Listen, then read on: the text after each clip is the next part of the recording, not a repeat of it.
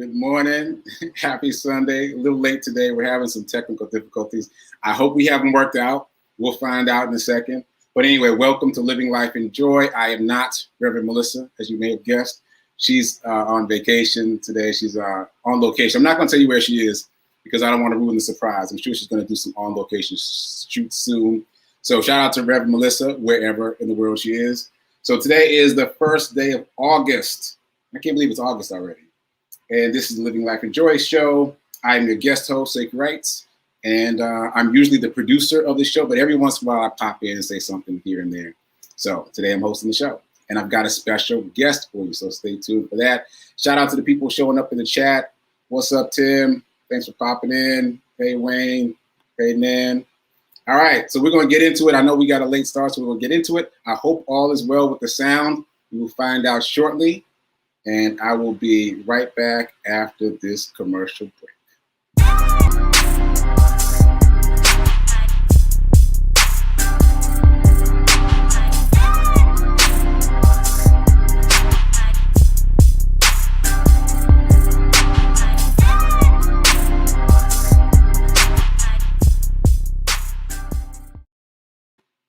Okay, so those of you who've seen me host this show before know that usually I just do my own little tap dance for the whole show. But today I actually do have a guest. So leveling up, trying something new. And I want to do a little brief intro, very brief intro about her. So let me hit you with the drum roll because you have no idea who's coming. So my special guest is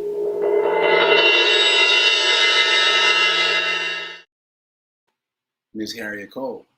There she is. There's a website. And I'll put that big on the screen while I read her bio. Just a little bit of her bio because Harriet is very accomplished. So, lifestylist, branding coach, and author Harriet Cole has devoted her career to supporting people as they build their dreams. For more than 20 years, she has coached entertainers, entrepreneurs, and business professionals to present their brands effectively. In 2016, Ms. Cole launched an inspirational and educational initiative called Dream Leapers, which is a multi-pronged engagement designed to help people access and activate their dreams. All right, so I am going to see if we got Ms. Cole. I'm gonna take this out and I'm back and no, wait, maybe. It says devices connecting. So hopefully she'll pop in momentarily. In the meantime, I'm going to talk a little bit about my time with Harriet Cole. I started working for Harriet Cole many years ago now when she was pregnant with her daughter, who's now a teenager. So that's mind-boggling for everybody. And over the years, we've worked together in many different capacities. And I've been working with her on Dream Leapers here and there. And it is an amazing initiative. If you don't know about it, go find out about it. You can find videos on YouTube. You can find Harriet at Harriet Cole on all the social medias, and you'll see her doing these speaking engagements for Dream Leapers. And it's really powerful stuff. And it's all about helping you access, meaning define, and then activate, create your dream. So I don't know if this is working out. And I think Harriet's texting me right now. So let me just check that. Oh, okay, her computer crashed and she's trying to sign on via phone. So this is a live show, folks. This is what happens. It's a live show. So hopefully we'll get Harriet. But in the meantime, I'm going to jump to the joy quote, which, as you know, is usually at the end of the show. But this is what I picked as the joy quote for today. Let me find it. Where's my joy quote? Here we go. So find joy in the ordinary. Find joy in the ordinary. This really resonated for me because in this period that I'm in right now, this period of refocusing, a friend of mine called it, I am discovering that not only is gratitude infinitely important, but gratitude is a choice. We get to decide what we're grateful for. And making that decision to be grateful for something shifts our perspective. So if you can find joy in the ordinary, you can find joy in your life ongoing. Like For me, I used to think about it in terms of something happening. I got to get this thing or make this other thing happen, and then I'll be happy. And then I'll experience joy. But it doesn't work like that. The universe doesn't work like that. You have to choose joy now, in this moment, every day, no matter what's going on, and then you get more. And so it's all about your appreciation. And I'm kind of new to TikTok, but what I like about TikTok is the messages repeat, like the videos repeat. So if you go and study personal development on TikTok, if you go look at a Tony Robbins video, you hear him say something profound, but then if you leave the app open, he'll keep saying the same thing. It'll keep looping over and over again. And if you do that, the algorithm will learn that you're looking for personal development stuff. It'll feed you more of the same. And so many of those people are talking about gratitude. They're talking about finding joy. They're talking about choosing to look at the positive things around them. And that's what happens. You do that first, and then the other things come through. So, all right. So I did that little dance about the joy quote. I see Harriet has found her way to a phone. We're gonna pop her in. We're gonna give her another drum roll, make it all fancy, and here we go.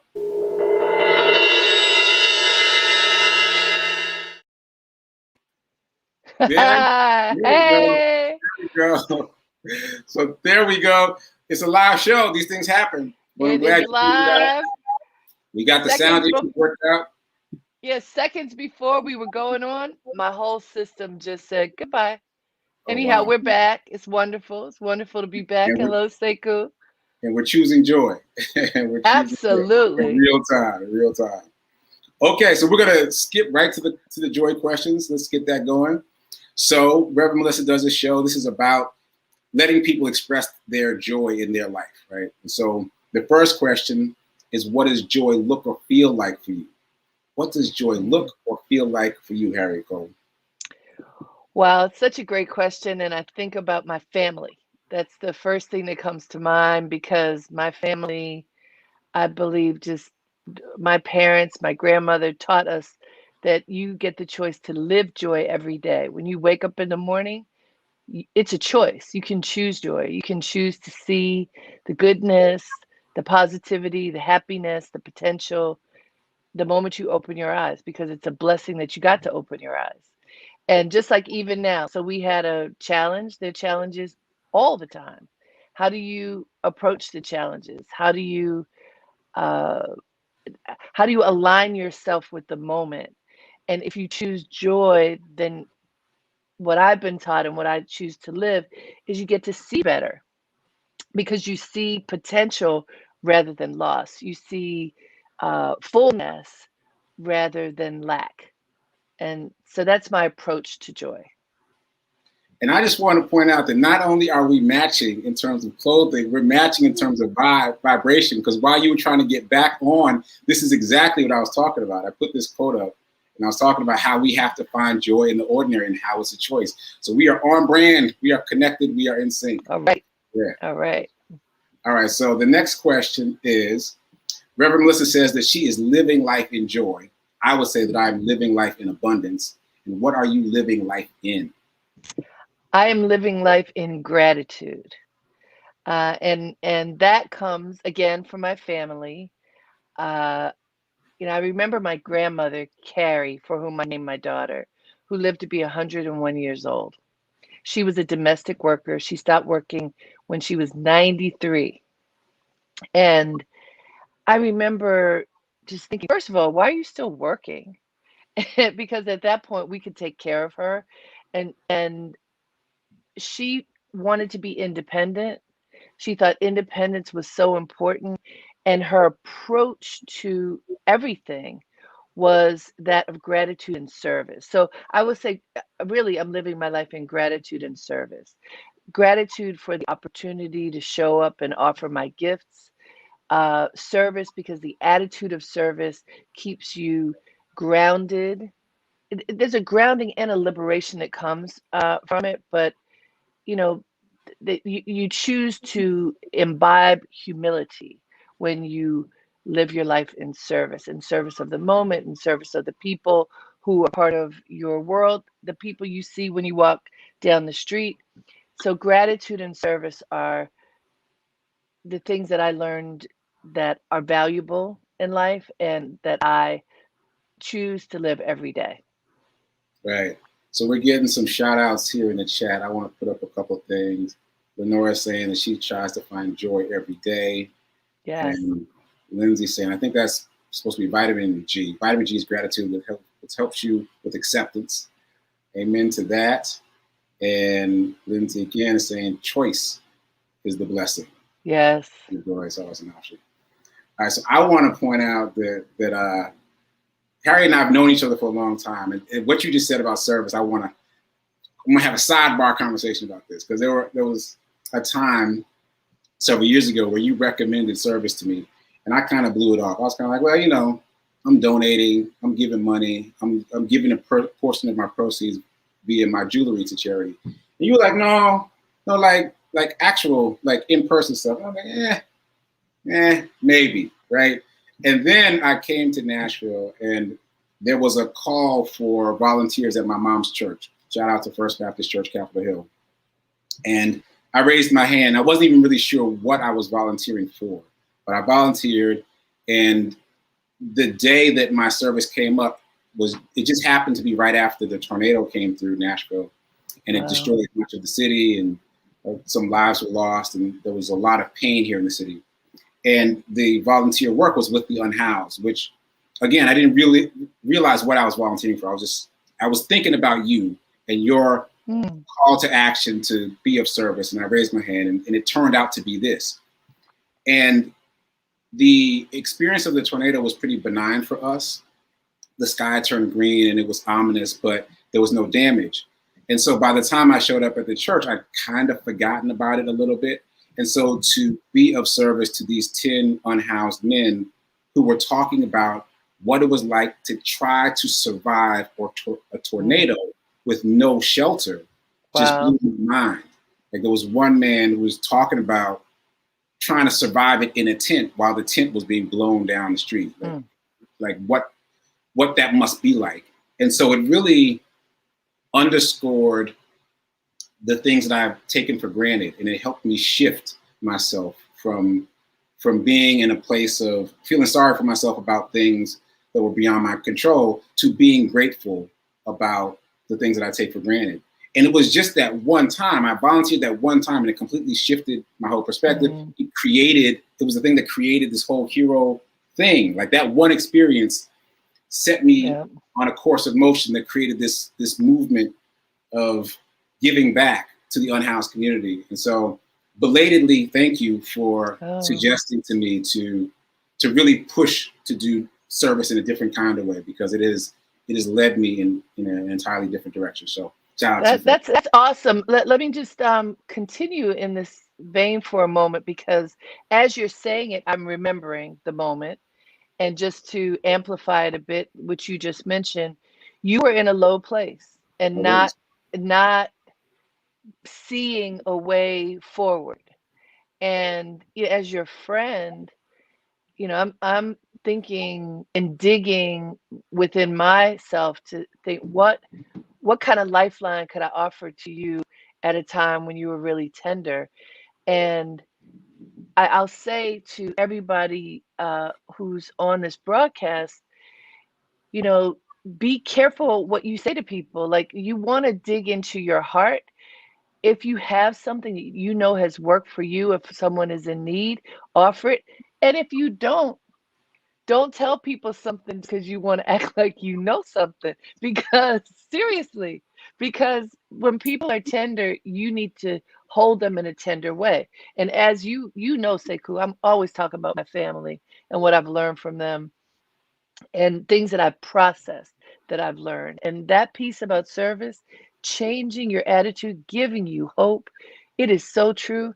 And also another piece of it is, that can be a little bit selfish. Like, I've learned, if I need to learn more, if I want to gain entry into an experience where I don't have skill or expertise or contacts, if I offer myself in service, if I volunteer, then it often opens another door. So it's the same thing. Like you can feel tender, and then you get this openness, and it's something that our ancestors have known, and we often don't consider as valuable now. But the fact that it could change your spirit in a blink to serve somebody else, and it can bring you both spiritual and material wealth to live in service. That's pretty amazing. Yeah, I mean it's foundational. Like it really changed my life in a very significant way. This hero ministry, we're calling it now, started with that night because there were 10 men, as I mentioned, but there was that one that I mentioned, who was trying to survive this tornado in this tent being blown down the street. He was so traumatized by that he said that he was praying for death in that moment because it was just so painful for him, which I couldn't even conceptualize. And then he had questions because he wanted to understand why he survived. And he's in a church, and I'm the person on duty. So he had questions for me specifically that I didn't know how to answer. And I did the best that I could, but he never left my mind. And so, the next morning when we all dispersed, I kept thinking about how I could have been of more service to him. And it was that idea that ultimately led me to create what was then known as Hero Hoodies, this movement to provide brand new hoodies to the unhoused with a wearable affirmation that says hero, to uplift their spirit and maybe spark something internally. And now, not even a year later, it's evolved into T-shirts and masks and socks and charity runs and so many more things than I could have ever imagined, but all from that initial act of service and being connected to people outside my circle. Was really that's moving. Beautiful. It's really beautiful. Moving.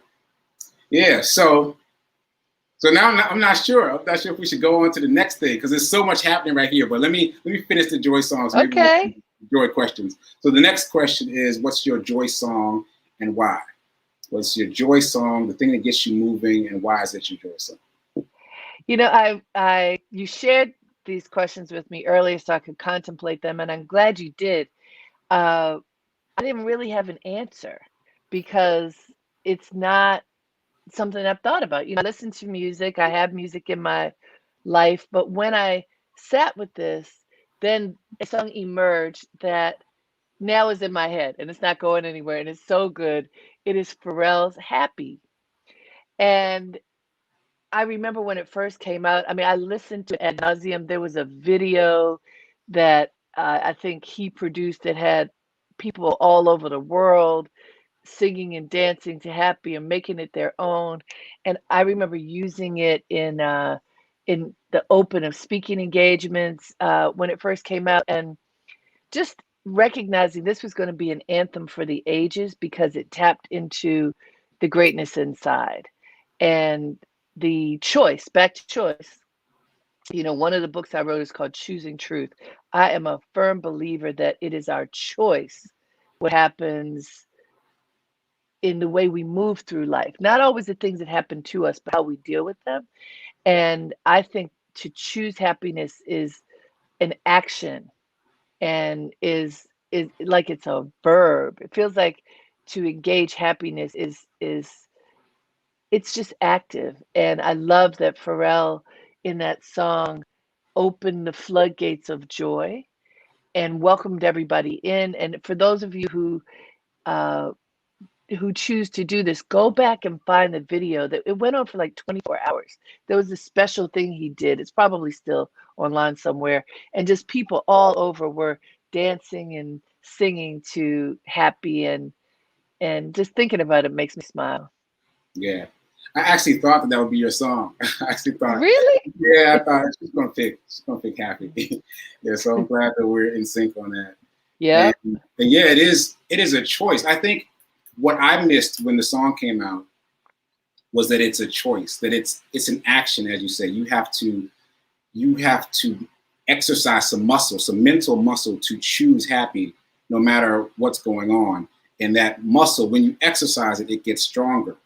So life doesn't get easier, but you get stronger. You are better able to choose happy no matter what the circumstances are, and then your life gets better. It's so true, Sekou. And given the name of this show and just all that it is, there's something else I want to share with you. You know, I've been doing a lot of work with ARP in the past year, and they had a campaign just a couple of months ago, Celebrate Black Joy. It was very specific. And and as the campaign was being developed, it was talking about the resilience and fortitude and strength, like from a cellular level, that often happens in the Black community and beyond, but you know, starting in the Black community, where there's so many things that have occurred that might make you feel like joy is too far away. And yet, if you choose to recognize it and cultivate it and nurture it, then you're celebrating something that's far deeper and greater and broader than something that happens in the moment, because it's legacy, it's history, it's, as I say, resilience. And you know, this team that I work with there is focused on the African American community, so that's why it was focused in that way. But just looking at this segment of our culture, of American culture, that has had a lot of hardship, and yet, if you look historically, you will see that joy is the seed that sprouts, and if you nurture it, it becomes, you know, the tiny little tree, and then it becomes a tree that can live generationally. So I think that's something for us to think about, our choice in cultivating joy, even when it seems uh, fragile, when it seems tiny, when it's just a seed. If we cultivate it, it can flourish. Yeah, and I'm glad you used that word nurture, because again, for me, in this period of refocusing, of self-discovery, I have learned that I thought of it as passive before, and it's active. Ah, You have to be choiceful about the act of nurturing joy. You got to make that choice. You got to do it. You got to do the work. You got to do the work. It do doesn't it. happen. It's true. It's so true. Yeah. So I'm going to move through some questions and then Sure. circle back to some things. So one of the things that we should talk about is the "Won't He Do It" moment. Reverend Melissa always asks her guests about their "Won't He Do It" movement, and it's about like your testimony for how you ended up in this space, why you do this work. Like, what was the "Won't He Do It" moment for, let's say, Dream Leaders? Like, what brought you to that? Great. So for Dream Leapers, first of all, I'll tell you, Dream Leapers is an educational platform designed to help people access and activate their dreams. It's very community focused. I started it in Harlem, and now that we are living in a virtual world, it actually opens up the opportunity for a much broader community to be able to be a part of it, which is a blessing in a challenging time. Uh, how Dream Leapers came to me. So I'll say that for 25 years, I've been coaching people on how to present themselves well. Something I learned from my parents, got refined at my career at Essence. And when I left Essence in 1995 to fulfill a dream that I had to start a business, I had been working in fashion and presentation. And really, that's the work that I've been doing ever since, helping people to present themselves well.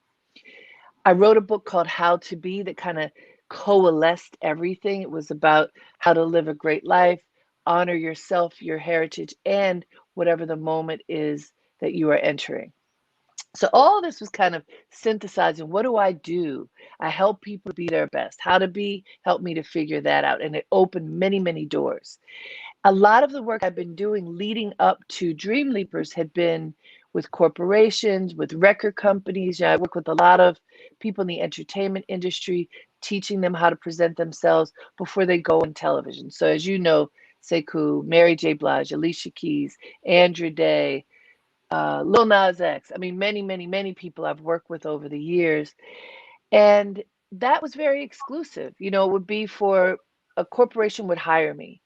And my heart said I need to be able to offer something to the community too, that it can't just be this exclusive group of folks, but how can I bring this work uh, to the folks? I live in Harlem and to others. And so a friend of mine gave me this poem that said, "Come to the edge. We can't, we're afraid. Come to the edge. We can't, we may fall. Come to the edge." And they came, and he pushed them, and they flew. Every time I think about this poem, every time I hear it, it gives me chills, like this sense of, engaging God, engaging the spirit within yourself, and engaging support, some coaching support that pushes. We need a push. People, if you're comfortable, you're not going anywhere. You're going to stay your butt in the chair. You're going to do something other than reach further. You need to be uncomfortable in order to fly. And so Dream Leapers emerged from this friend giving me this poem, me meditating on it, really synthesizing all the things that I've done in my career thus far and figuring out how to bring it to the people. And when it started, we had a retreat in Harlem in 2016. I think, and Sekou, you've helped me with so many of these events. We've hosted more than 20 events, and we're having another retreat. This is a great announcement. I haven't told anybody yet. Right here on October 16th, Saturday. We got our drum roll going. All right. Saturday, October 16th from 1 to 3 p.m. Eastern. So wherever you are, figure it out at that time. There's going to be a free Dream Leapers retreat where I'm going to have a lot of speakers, and you don't even know this, but my next call is to ask you if you will be one of the speakers, Sekou. So I'm putting him on the spot. You got to say yes. I gotta say yes. You I'm on the got to spot. say yes. I'll be You there. got to I'll say be yes. there. Yeah, I want No because pressure. No pressure. no pressure. But this work is to be able to connect with people where they are whenever possible. The events are free. This one is, and then of course I offer a lot of coaching that uh, you know that you sign up for and that you pay for. But this 2-hour event is free, and it's all designed to help people to leap into their dreams. I believe that the more of us who take the time to access our dreams and cultivate them, just like that seed I talked about that you grow, the better our world will be. Yes, there's a lot of negativity, but I believe there's more positivity, and it's up to us to cultivate it. I'm into that. And so you mentioned your book, How to Be. So I just want to put that on the screen for people. It's still available on Amazon. There it is, How to Be. And did you tell the Andre Harrell story? I was trying to get this up, so I'm not sure if Oh, you. I didn't. I can tell that Yeah, you story. can I tell mean, that story. okay. So yeah, I tell the stories in varying degrees of you know, expansion just based on time. But here is exactly what happened because, and the context for this, my mother, I always have stories of my mother who's 91 years old. My mother told us long ago, if you don't have anything good to say, don't say anything at all. If you're going to complain, just be quiet. And so the context for this is I was working at Essence, I had a wonderful career at Essence, but I was ready to go. And I didn't know where I was going. I had had this dream some years before, but I was kind of afraid to have a business because no one in my family was an entrepreneur. I had written my first book, Jumping the Broom, and had been very successful. So I realized, oh, maybe I can do this thing that had been my dream from 12 years old and be an author, and that could work. And I sold a book called How to Be, this one right here, and I was working on it. And so that's the context. So but in my spirit, I was ready to leave my job. So I'd been invited to this cocktail party, and I was debating whether I was going to go because I wasn't in such a good mood. Enter my mother's wisdom. I go anyway. and promised myself I'm going to be positive. And Andre Harrell, who had been the founder and president of Uptown Records, that has Mary J. Blige, Alicia, not Mary J. Blige, Puffy, Heavy D, and others. And I knew him. He was there. And he sat down next to me and he said, "So what are you doing, Harriet?" And he knew what I was doing. I mean, my job was fashion director of Essence. That's a huge job. He knew what I was doing. And I didn't want to talk about that. So I told him about my book, How to Be. And I told him what it was about. And he says, "Well, do you think you can teach that to my artists?" And I said, "Teach them what?" And he said, "Teach them how to be, kind of like old Motown." And I said, "Sure." Now, why this is so incredible is that was a pivot point. When I started my business some months later, I started with Uptown Records as a client. Mary J. Blige was one of my first uh, clients. And she was already famous, but she had had some bad PR, and they were looking to help her to reclaim her greatness and fullness. And I was hired to help her, and it worked. If I had complained about whatever friction I was feeling because it was time for me to leave, nothing was wrong with Essence. I've been there 11 years. It was time for me to go. If I had complained rather than talked about what was on my heart, I might not be where I am right now. Andre trusted me. He valued me. I told him my dream. He gave me an opportunity. And I got to thank him recently, like a year and a half, right before COVID. I was in LA working on another project for the History Makers, interviewing Andre about his career and all that he had done to have such a big impact on hip hop. Because you may know he helped Russell Simmons to start Def Jam Records. Anyhow, we got to talk about this and I thanked him. He didn't even remember because he was one of those people who was always serving the moment, helping people as best he could. And I'm so glad I got to say that to him because he recently passed away at young man, a young me. I mean, I think he was 60. That we don't expect that we will pass at that moment, but we know tomorrow's not promised. So when you can offer your gratitude to people, you do it in a moment. He is a big part of the reason why I have for all these years worked in the entertainment industry because I chose to claim the positive, tell him about what I was doing that I loved, and he chose to give me a chance. Amen. Amen. And I just want to comment on what you said about complaining. I'm reading How to Think Like a Monk by Jay Shetty, and he talks about complaining as one of the cancers of the mind.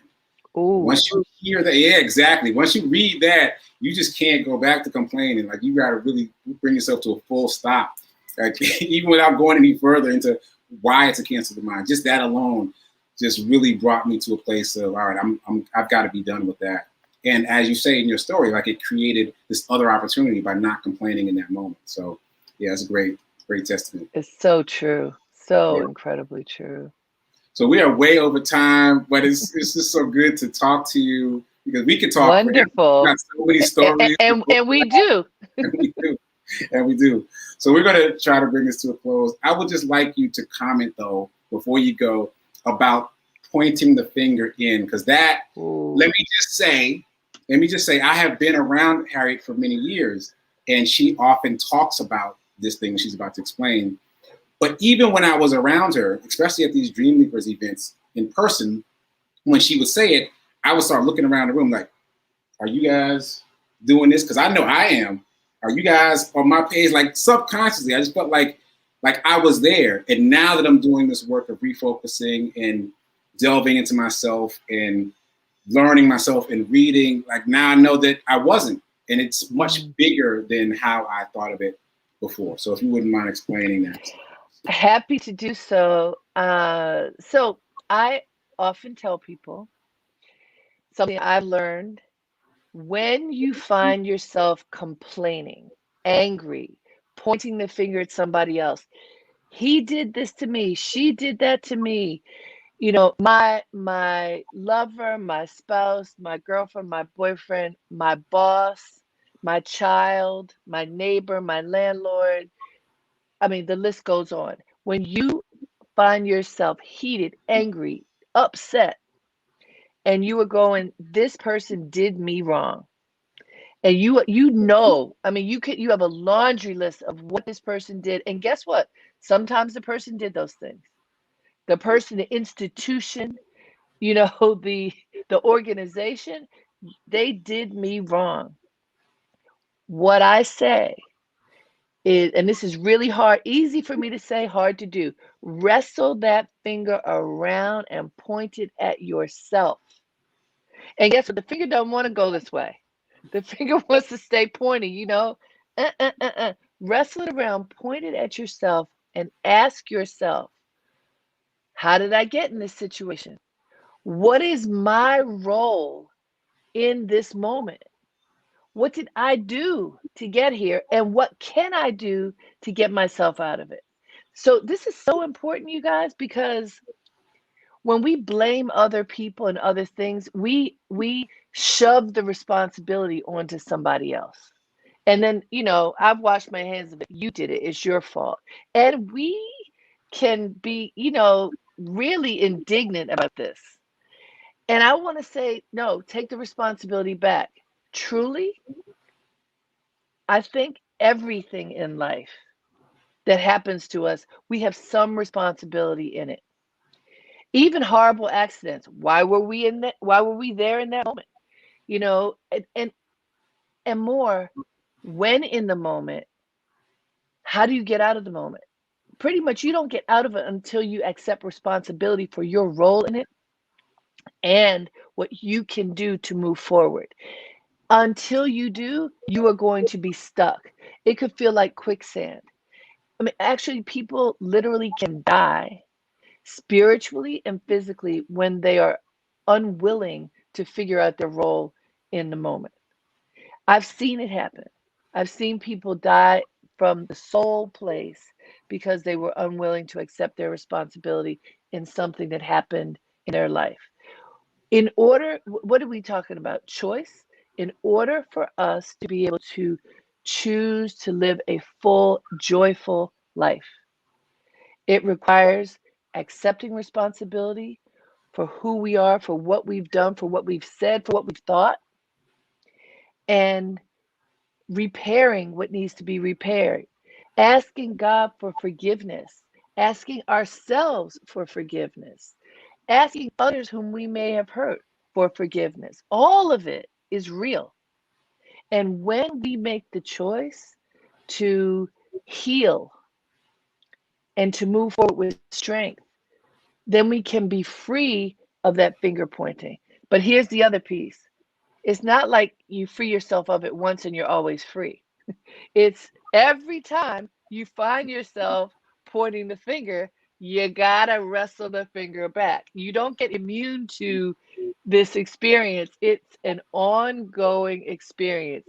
Trust me, it works, and it's not easy. Yeah. And I know I keep saying we're out of time, but I got to say a couple of things in response real quick. And we're going to get out of here. But about that, see, I like talking about this because, again, I was exposed to this concept multiple times for years. I've been in the room with Harriet talking about this for years, so many times, and it didn't hit, though. It didn't hit the right way. And so when I was looking around the room talking about y'all pointing your finger back at yourself, I was thinking about it specifically in terms of relationships. Like if my girlfriend and I have a fight, then I am capable of saying, well, what did I do wrong? Okay, so that's how I was thinking about it. Like, I'm up on that. But now I think about it in a much more global context. Like your reactions are yours. My reactions are mine. So whatever happened, whether it's an argument with a girlfriend or somebody cut me off in traffic, the reaction is mine. There's this small space between what happens and my reaction that I can control if I exercise the muscle of choice. I can point the finger around and take responsibility for my fingerprint on this moment.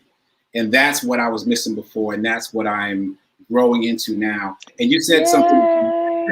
Appreciate it. I got there. I'm on a slow bus, but I got there. And you said something about blame, and I just want to piggyback on that too, because when we blame other people, we deny ourselves the opportunity to grow. When we say it's that person's fault, they did that to me, and so-and-so did that, that's the end of the conversation. And you get with your people and you create a positive feedback loop where you're just reinforcing the idea that this other person did this to you. Well, you don't get to grow. And my biggest growth spurts have come from places of loss. They've come from making the pivot towards the pain and pushing. And if you just continue to point the finger and blame other people, you literally can't get to the place of growing. You stay in the same place, and you don't want to be stagnant. You don't want to be stagnant. You want to grow. So no matter how painful it was, you have to choose to find your fingerprint on it, and that act will help you grow. All right, I'm on. Amen. Amen. I'm gonna save that for the Dream Leapers conference. I'm gonna write that down. There you go. Yeah, so we're going to get out of here. It was great having you, Harriet Cole. Thank you. Thank you. And a mentor and a work mom. It's great to be in your circle. And please check out her book. Tell people where they can find you so they can follow you. Yeah, harrietcole.com, HarrietteCole.com. And you can email me, harrietcole.com. And because we don't have the link up yet, email me. Actually, since you have Dream Leapers up, you can email me, harriet@dreamleapers.com. There you go. Spell Harriet right, HarrietTe @dreamleapers.com. Ask me to send you the link. We're putting it up soon for this free Dream Leapers retreat, Saturday, October 16th from 1 to 3 Eastern. You are all invited. It's virtual, so the space is unlimited. It's all about thinking of your life as being unlimited and the ability to access your dreams and offer them to the universe. That's what it's all about. I welcome all of you to join me on this journey in October. And plus, you already know one of the speakers. I'll be there. Yeah. Full circle moment, because as I said earlier in the show, you were the person that suggested service, and that service brought me to Heroes, which brought me to this network, and all these other things have been a snowball from that moment. That man was my angel, as someone said in the chat. So yeah, so thanks for being here. We're going to close out together. That's not the usual form. We're going to close out together because we just rolled it out. We talked the whole time. We're just going to do the little outro, and we'll see you guys. Oh, Reverend Melissa will be back here for Living Life in Joy a week from today, but she'll be back here on the New Thought Media Network tomorrow for Sit with Reverend Melissa. So tune back in, and I will see you on Monday for my show, Be Your Own Hero Show, at 9 a.m. Central, 10 a.m. Eastern. So till then, keep doing, be a hero, be your own hero, and remember that now is better than perfect. Later.